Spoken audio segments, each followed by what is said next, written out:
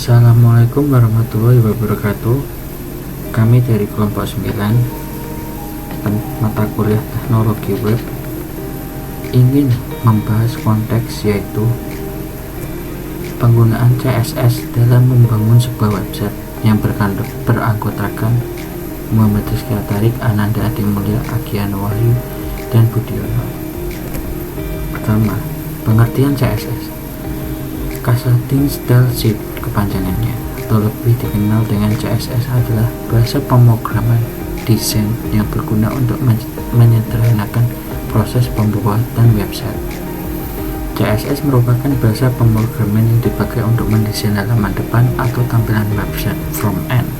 CSS menangani tampilan dan rasa dari halaman website. Oke, yang kedua, manfaat dari CSS. Manfaat dari CSS itu sebenarnya banyak, teman-teman. Akan tetapi kelompok kami hanya memilih 5 saja.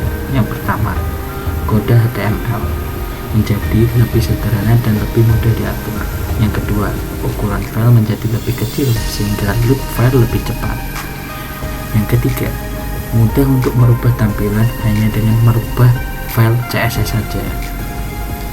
Yang keempat, dapat berkolaborasi dengan JavaScript dan merupakan pasangan setia HTML kayak aku dan kamu. Yang kelima, digunakan dalam hampir semua web browser. Oke.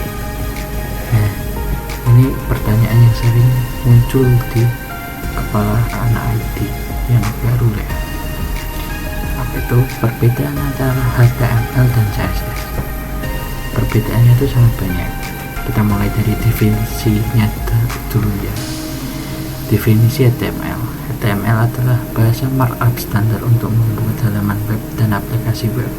Sedangkan CSS adalah bahasa lembar gaya yang digunakan untuk menggambarkan penyajian dokumen yang ditulis dalam bahasa markup seperti HTML. Nah, wujud lengkapnya. HTML, Hypertext Markup Language, adalah bentuk lengkap dari HTML. Sedangkan CSS, Cascading Style Sheet, adalah bentuk lengkap dari CSS. Terdiri dari tag yang mengelilingi konten, itu kalau HTML. Sedangkan CSS terdiri dari penyeleksi yang digantikan oleh blok deklarasi. Nah, hubungannya, HTML tidak dapat digunakan dalam file CSS. Ingat-ingat. Sedangkan CSS dapat digunakan dalam file HTML. Nanti kita jelaskan perbedaannya. Lalu pemakaian. HTML digunakan untuk membangun struktur halaman web, sedangkan CSS digunakan untuk membuat halaman web lebih rapi lagi. Kesimpulannya, HTML dan CSS adalah dua bahasa utama yang biasa digunakan untuk pengembangan web. Perbedaan antara HTML dan CSS adalah bahwa HTML adalah bahasa markup yang digunakan untuk membuat struktur halaman web, sementara CSS adalah bahasa styling yang digunakan untuk membuat halaman web lebih rapi. Nah, berikut tools yang digunakan di CSS. Kali ini kelompok kami hanya menyebutkan 5 saja. Yang pertama aja CSS Syntax, kedua CSS Color, CSS Padding, CSS Border Image, dan kelima CSS Background. Maaf ya agak belibet. Oke, yang pertama adalah CSS Syntax. Penjelasan sedikit dari saya. CSS Syntax. Nah, CSS Syntax itu sebenarnya adalah sebuah deklarasi sih. Kurang lebihnya seperti itu. Di gambar sudah bisa kita jelaskan. Oke, kita coba dari source code-nya ya. Itu adalah source code-nya. Yang pada intinya dalam CSS itu adalah di CSS itu harus menyertakan style, walaupun hasil dari file Anda HTML. Yang terpenting adalah untuk membedakannya itu, untuk menambahkannya yaitu Anda harus mengklik style. Nah, seperti ini dicontoh style color red B. Nah, bisa kita lihat dan hasilnya seperti ini. Oke. Nah, berikutnya sini saya akan menjelaskan sedikit tentang CSS Color. CSS Color yaitu adalah sebagai format untuk mendeskripsikan tampilan sebuah halaman HTML Tentu CSS memiliki kapasitas untuk mengatur warna dan dari elemen-elemen. Nah, ini adalah berikut tentang codingan tools CSS Color. Ini bisa dilihat ya seperti ini.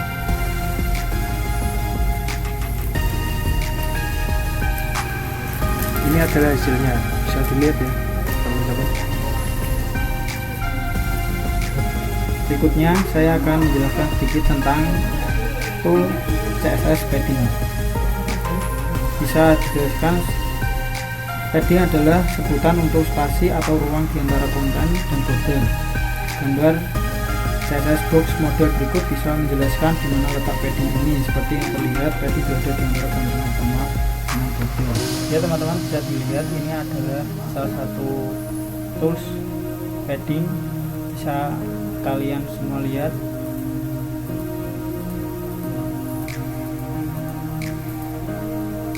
Dan berikut adalah hasil dari tools padding itu sendiri.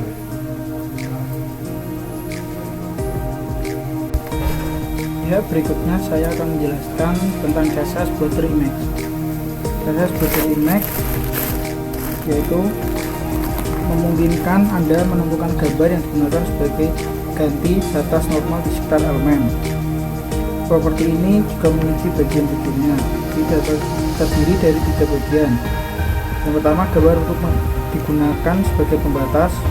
2, tempat memotong gambar. 3, tentukan apakah bagian tengah harus diulang atau diulang. Dan ini teman-teman bisa dilihat toolsnya.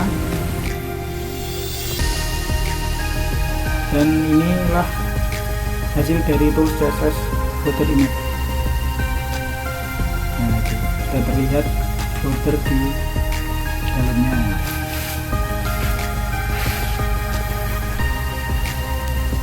Ya teman-teman, ini dia tools yang terakhir kami bahas, yaitu CSS multiply background. Berikut adalah penjelasannya. CSS ini memungkinkan Anda menambah beberapa gambar latar belakang untuk sebuah elemen melalui background image property. Gambar latar belakang yang berada dipisahkan dengan koma dan gambar-gambar tersebut ditumpuk satu sama lain, di mana gambar pertama paling dekat dengan pemirsa. Dan ini adalah tools dari CSS ini sendiri. Ya, bisa teman-teman lihat.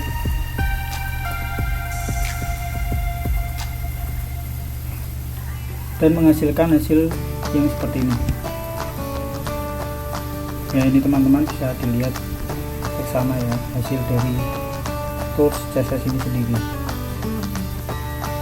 Ya teman-teman, itulah sedikit penjelasan CSS dari kelompok 9. Kalau misal ada kurangnya kami minta maaf. Kalau ada yang salah bisa teman-teman komen di bawah ya. Kurang lebihnya seperti itu. Kami mengucapkan terima kasih kepada kalian semua. Wabillahi taufiq wal hidayah. Wassalamualaikum warahmatullahi wabarakatuh.